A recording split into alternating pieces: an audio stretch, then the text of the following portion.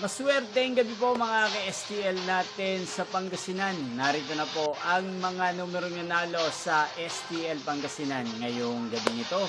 July 5, 2026, 8:45 PM. Third draw result. Yan, kitang-kita nyo na po ngayon sa screen ng yung cellphone ang mga numerong nanalo sa STL Pangasinan.